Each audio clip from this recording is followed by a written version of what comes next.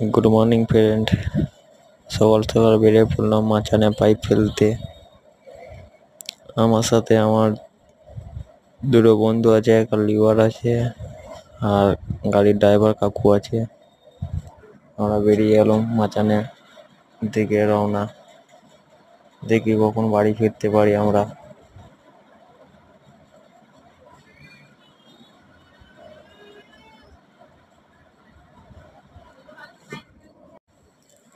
যেখানে পাইপ ফেলতে আছি চারিদিকে জঙ্গল, তার মাঝে একটা রিসোর্ট তৈরি হচ্ছে নতুন। সেই রিসোর্টে আমরা যাচ্ছি পাইপ ফেলতে, কিন্তু সেই জঙ্গলের মাঝে কিন্তু কাদা ময়ূর আছে। যাক, দেখা যাক কে আমাদের কপালে একটা ময়ূর যদি দেখতে পাই আমরা।